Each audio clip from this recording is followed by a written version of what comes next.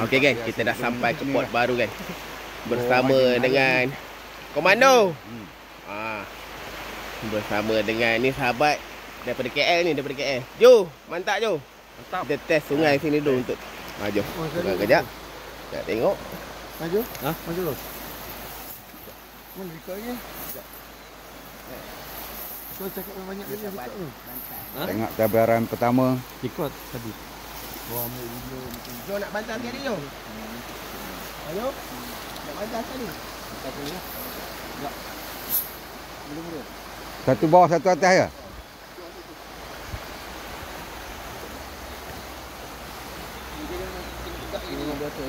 Cabaran pertama.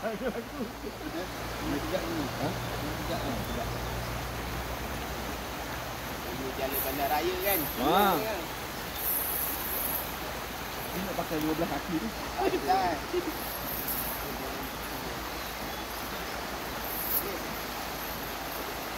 Okey.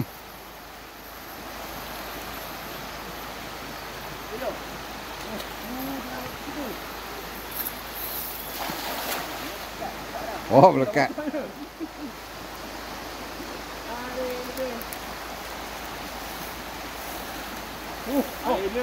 Ada. Sejuk. Air memang sejuk.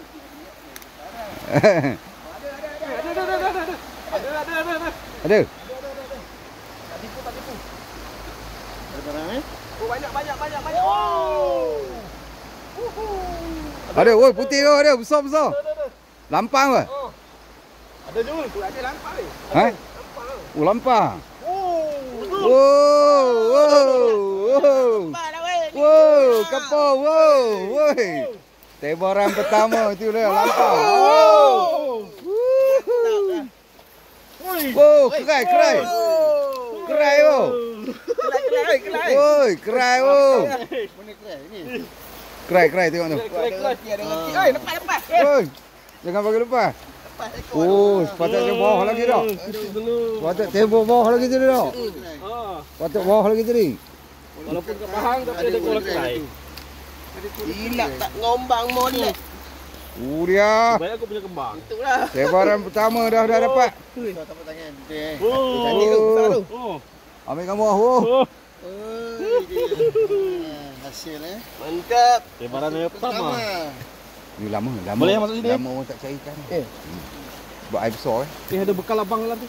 Tak pun. Ikan tu sini. Ambil air. Itu dia kerai. Oh ni kerai ni. Kelah lepas tadi tengok tu. Aduh, sayang kelah. Ini kelah tak naik lagi ni. Tembak lagi sekali tu. Bawah boleh lagi tu.